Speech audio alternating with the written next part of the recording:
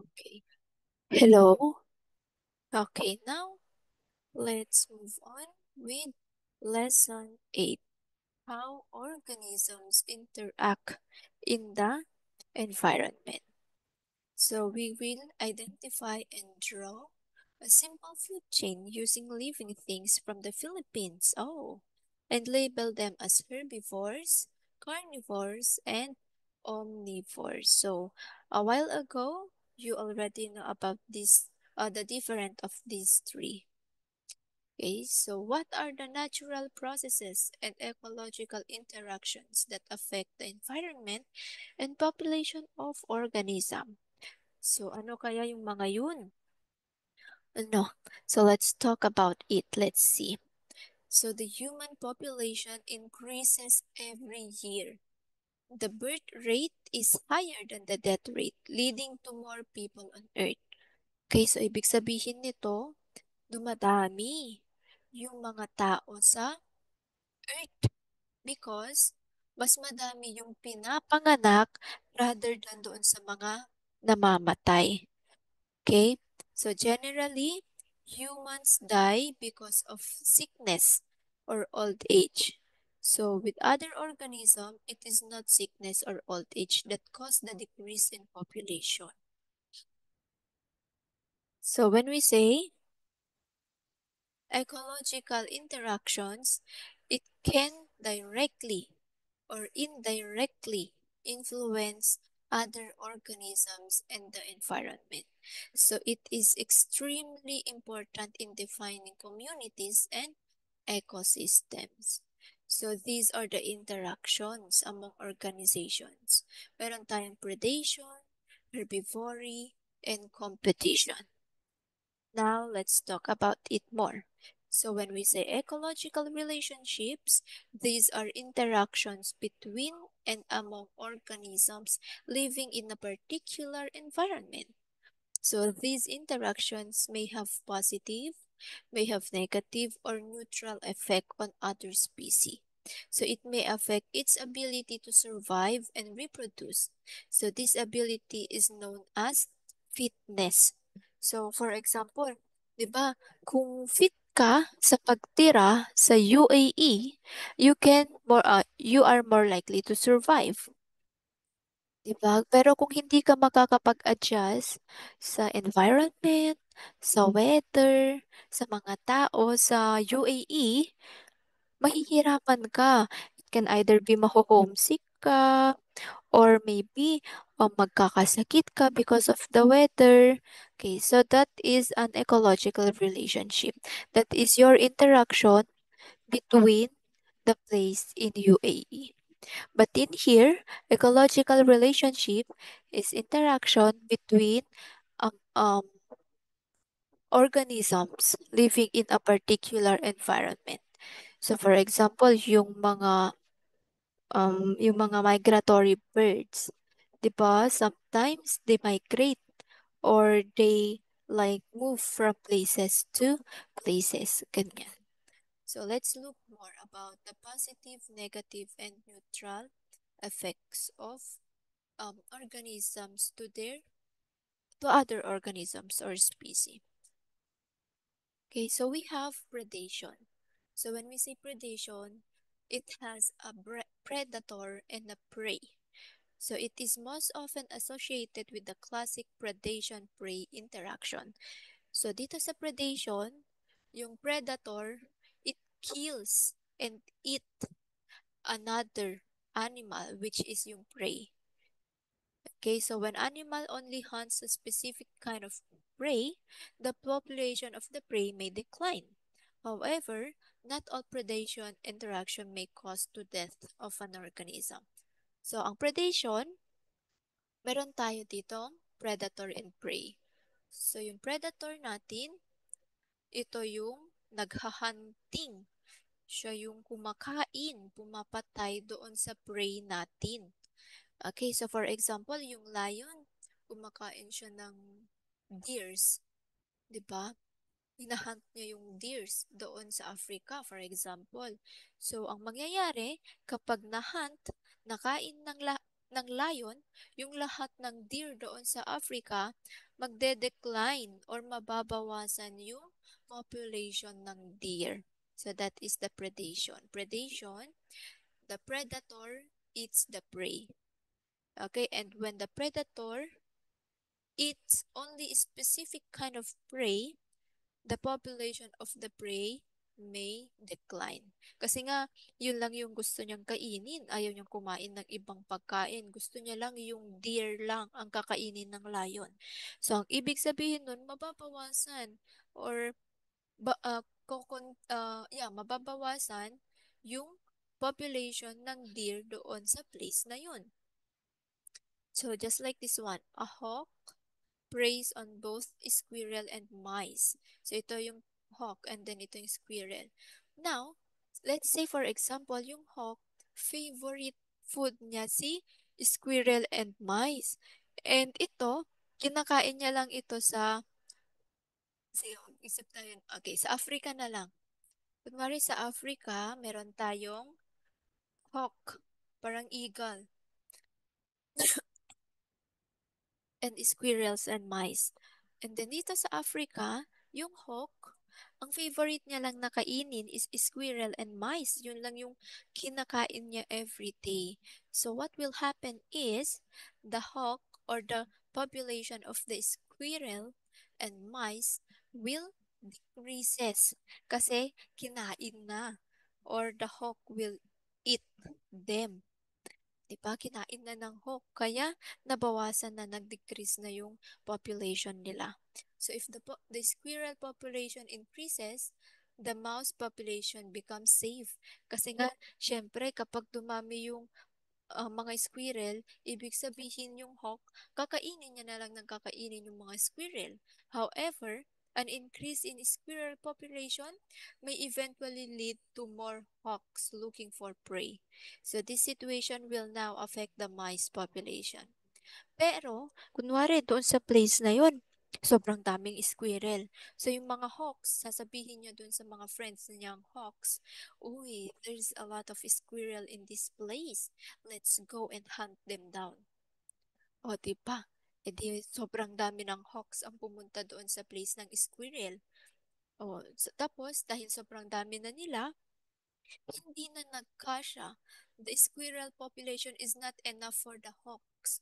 So, ang gagawin ng hawks, they will now again eat the mice population kasi nagkulang na sila sa squirrel. Kasi madami ng hawks yung pumunta doon sa place na yon. Kasi akala nila sobrang daming squirrel. Yun pala mas madami ang hawks na kakain dun sa squirrel. Kaya dinamay na nila pati yung mice. Ganon. So this situation will now affect the mouse population. So it may lead to increased predation kasi nga dumami na yung hawks doon sa place na yon kasi tinawag niya yung barkada niya. Sinabi niya na napakadaming squirrel tapos hindi pala kasya sa kanila nakainin yun. And then, if the squirrel population decreases, kasi nga kinain ng hawks, ang dami nila, it may also decrease the population of mouse since they will be the only food source for the hawks. Siyempre, kunwari, ang dami ng hawks. Ang mangyayari, mababawasan na yung squirrel kasi kinain na nila lahat yung squirrel. Tapos, hindi na kasya sa kanila, magtatago na yung ibang squirrel. Ang matitira na lang yung mouse. Kaya ang gagawin ng mga hawks, yung mouse naman, yung kakainin nila. Kaya mababawasan din yung population ng mga mouse. O, di ba? Di wala na, nabawasan na yung, kapag nabawasan yung population ng squirrel, mababawasan din yung population ng mouse kasi sila yung alternative na food for the hawks. So when animals eat fruits, they may help with seed dispersal. The seed of the fruit may reach other places as it goes with animal droppings. This helps the spread of seeds to other locations and can lead to an increase in its population. More trees should provide more shelter for several organisms. Now, this is another topic. For example, naman dito, yung animals, um, kumain, just like bird, kumain siya ng, hello?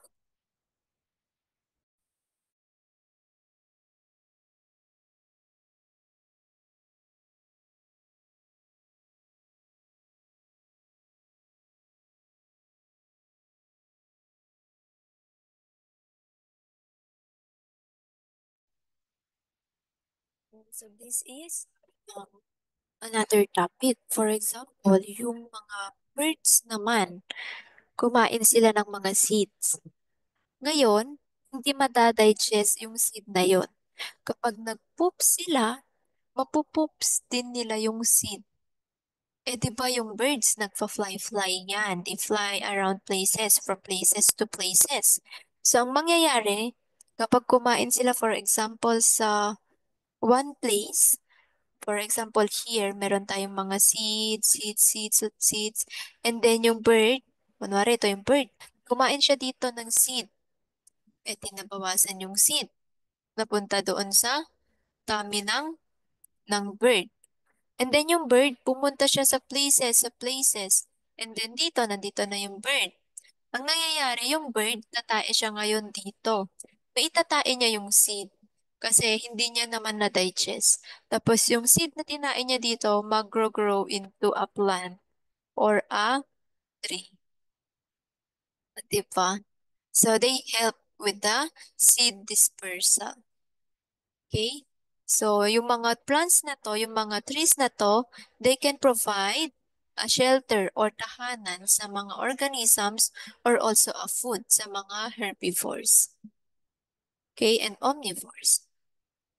Okay, so herbivory, it occurs when an animal feeds on all or part of a plant. So it is very important to the food web and energy transfer in an ecosystem, since plants are the primary producer of energy. So yan na yun, kagaya nito.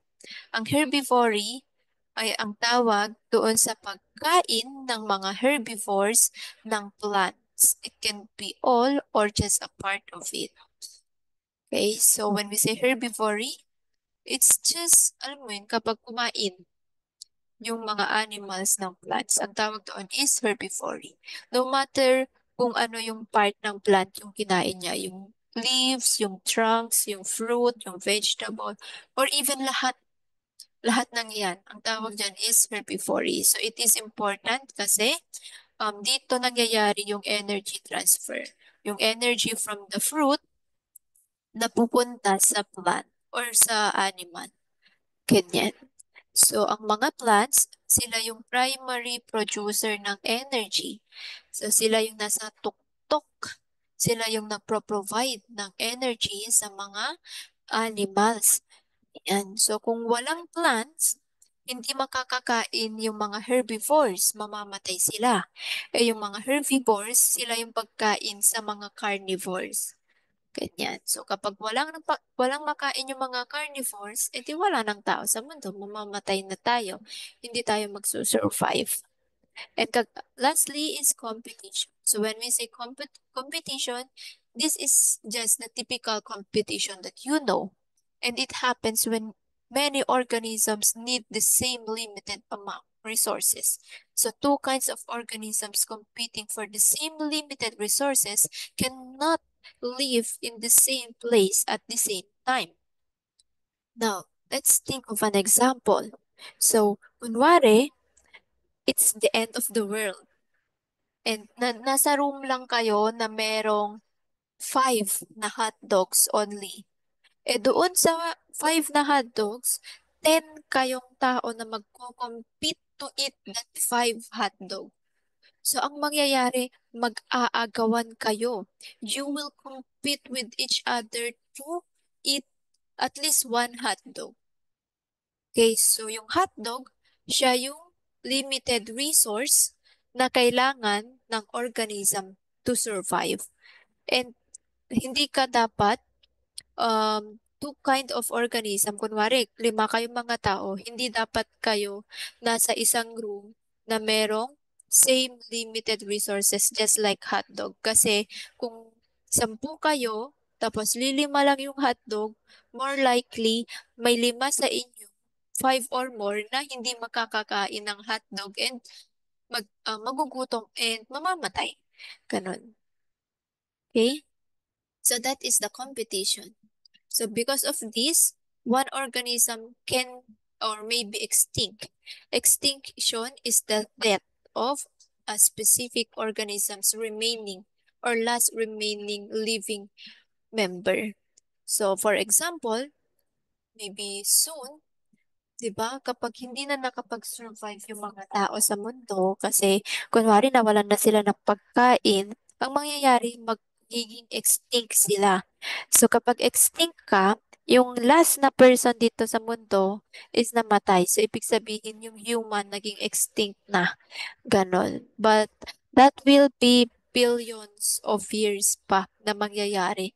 Kasi tayong mga humans, parang tayo yung nasa pinakamataas na kind ng animal. Tayo yung kaya nating mag-isip, kung paano tayo mag-survive.